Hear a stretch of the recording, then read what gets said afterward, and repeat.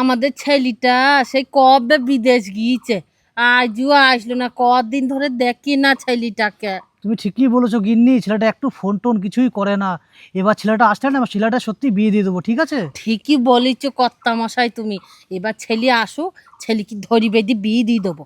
তাহলে ছেলেও এখানে থাকবে, বৌমাও আমাদের একটু দেখভাল করবে। আমরা তখন বুড়ো হয়ে গেছি। মা মা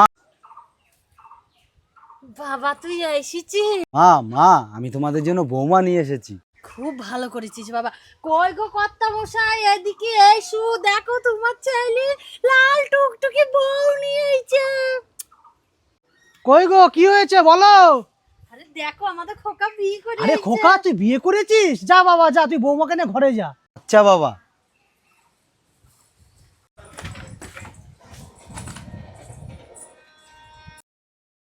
কি গরম পড়েছে গো।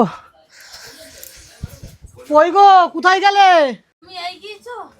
এই তো আমি আসছি। আহারে একটু বাতাস করি। কই গো বৌমা, তোমার বাবার জন্য দুটো কিছু খাবার নিয়ে আসো, খুব খিদে পেয়েছে। এনেন বাবা, আপনার ছেলে এখনো মাইনা পায়নি। ঘরে চাল ডাল কিচ্ছু নেই, কিচ্ছু রান্না করতে পারিনি। ঘরে দুটো বিস্কুট ছিল, এটাই আপনার জন্য নিয়ে এসেছি, নেন। তাহলে বৌমা, তুমি কি খাবে? আমাদের যদি সব দিয়ে যাও। আরে আমার এই বয়সে আমি না খেয়েও কাটিয়ে দিতে পারবো, কিন্তু আপনারা তো বয়স্ক আপনি আর মা এটা ভাগ করে খান, ঠিক আছে? কি গো, বৌমা বললো ঘরে কোনো খাবার নেই, তাহলে চলো এই বিস্কুট দুটো আমরা তিনজনে ভাগ করে খাই গা। ঠিক আছে, চলো তাহলে। কতদিন পর মাংস রান্না করেছি, ও আজকে জমিয়ে খাবো।